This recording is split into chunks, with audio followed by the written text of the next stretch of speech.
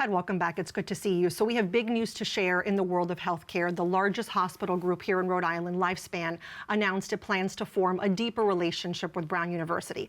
Lots of layers to this, but I think the first thing people will notice is this comes with a name change. Yes. So Lifespan, just to remind everyone, is the parent of Rhode Island, Miriam, Newport, and Bradley hospitals, and they will be getting a new name, Brown University Health, and that's going to start to roll out this fall or winter. To be clear, this does not mean there's a merger happening. Brown is not taking over Lifespan, none of the sort. But really, this is adding to what's been a long-standing relationship between the two organizations. Right. So Rhode Island Hospital has been the prime teaching hospital for Brown's Medical School since the medical school was founded in the 1970s. But this really flows out, Michelle, of the turmoil around the future of the hospital sector in Rhode Island that we've seen for the last decade plus.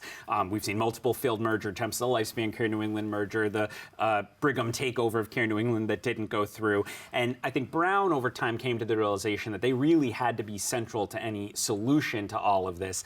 And so what you see here is, along with Brown lending its name to Lifespan going forward in the hospitals, they're going to put a lot of money into Lifespan, $150 million over the next 7 years, which is a shot in the arm for Lifespan, which has been unable to invest as much as they needed to in technology and facilities in all of that. So I think you see here Brown sort of acknowledging that they need to use their deep pockets to try to stabilize what's a very important partner to them. I think most people want to know ultimately, what does this mean for the quality of care? For those who maybe are not satisfied with the care they're receiving there, can they expect an improvement?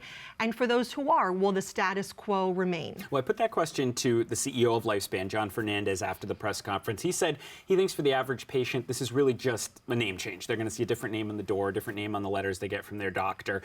He does hope, he says, that over time patients will notice improvements, again, from the investments, from the money Brown is providing, and perhaps from the ability to kind of recruit more clinicians, more top-notch doctors, and all of the effects of that. But we'll have to see if it pays off as much as they're hoping today. Right, we'll keep tracking that. Let's also discuss the end of the General Assembly session. Of course, hundreds of bills passed. One of the top ones that we've been discussing was a priority for House Speaker Joe Shekarchi, expanding accessory dwelling units, also known as ADUs. And for many people, they have viewed this as really the way to solve the housing crisis in Rhode Island. But it passed, but not before it was met with very strong resistance in the state Senate. Yes, and people might remember that last year this bill failed, even though the House Speaker, the most powerful lawmaker on Smith Hill, wanted it. He didn't get it last year.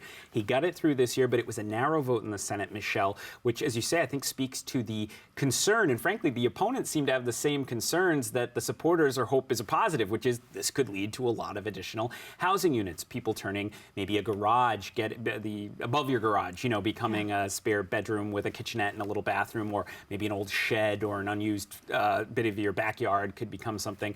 Shekarchi and people who think like him say that's a positive. That's what Rhode Island needs as one part of the solution to the housing crisis, to, lots of infill housing. But opponents worry about, will it change the character of a neighborhood? Will it lead to too many rentals in places they wouldn't usually be, and all of that?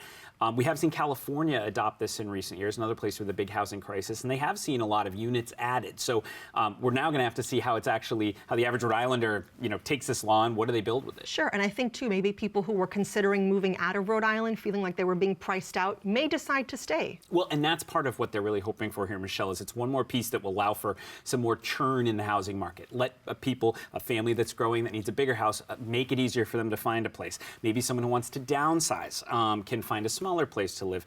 Young people needing just a one-bedroom apartment that they can afford, maybe more of that. So, we will see if it works. Thanks so much, Ted. Appreciate it. Good to be here.